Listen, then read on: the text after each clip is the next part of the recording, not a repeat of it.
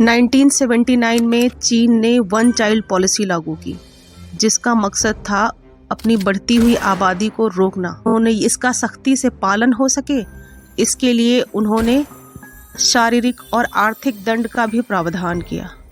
समाज में व्याप्त बुराइयों ने इसे लड़कियों के लिए भयावह बना दिया, जिसमें दो बुराइयां मुख्य रूप से थी। पहली बुराई ये कि बिल्कुल भारत की तरह लड़की किसी को नहीं चाहिए, वंश चलाने के लिए लड़का चाहिए। लड़कियां नहीं चाहिए तो उनका जन्म हो गया है तो उन्हें बेच दिया गया। अब इससे जुड़ी हुई दूसरी बुराई है, इनको खरीद कौन रहा था? जैसे हमारे देश में दहेज प्रथा है, वैसे चीन में भी दहेज प्रथा है। भारत में दहेज लड़के पक्ष को दिया जाता है, चीन में दहेज लड़की को दिया जाता है, यानी जिसे ब्राइड प्राइस कहते हैं। अब ऐसे में बहुत सारे गरीब परिवार ये ब्राइड प्राइस पे नहीं कर पाते थे, तो उनके लड़कों के विवाह नहीं हो पाते। चीन के बहुत ही पिछड़े इलाके, जिसे पुतीन कहा जाता है, में बेची गई ये बच्चियां, ना तो इनके कोई अधिकार होते थे, ना इनकी कोई आवाज। इनका साथ समाज भी नहीं देता था, क्योंकि आसपास का वो समाज उसी तरह की क्रियाकलापों में खुद लिप्त होता था। पुतीन नाम की इस जगह पर सभी के घर में कोई ना कोई बच्ची खरीद कर लाई गई होती थी, क्योंकि वो गरीब लोग थे और ब्राइड प्राइस पे नहीं कर पाते थे। बड़ा होकर अगर लड़का शादी करने से इनकार कर दे तो उस बच्ची को किसी और को बेच दिया जाता था।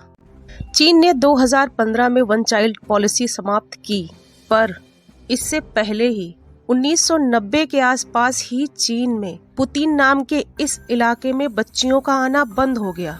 वो इसलिए नहीं कि लोगों में जागरूकता आ गई, वो इसलिए कि अल्ट्रासाउंड मशीन्स का बहुत धड़ल्ले से उपयोग शुरू हो गया।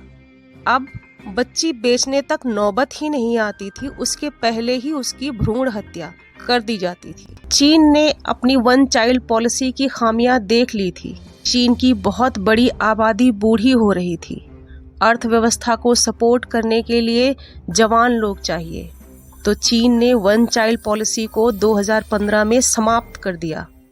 तब तक चीन का सेक्स रेशियो, यानी लड़का लड़की का रेशियो, बहुत खराब हो चुका था। बच्चों की 2 पीढ़ियां बर्बाद हो गई थी।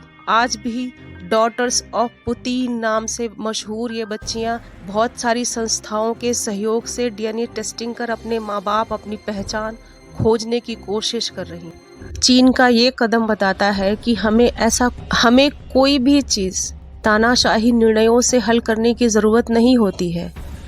हमें कोई भी परेशानी हल करने के लिए बहुत बड़ी आबादी का शिक्षित और रूढ़ियों से मुक्त होना ज़रूरी है।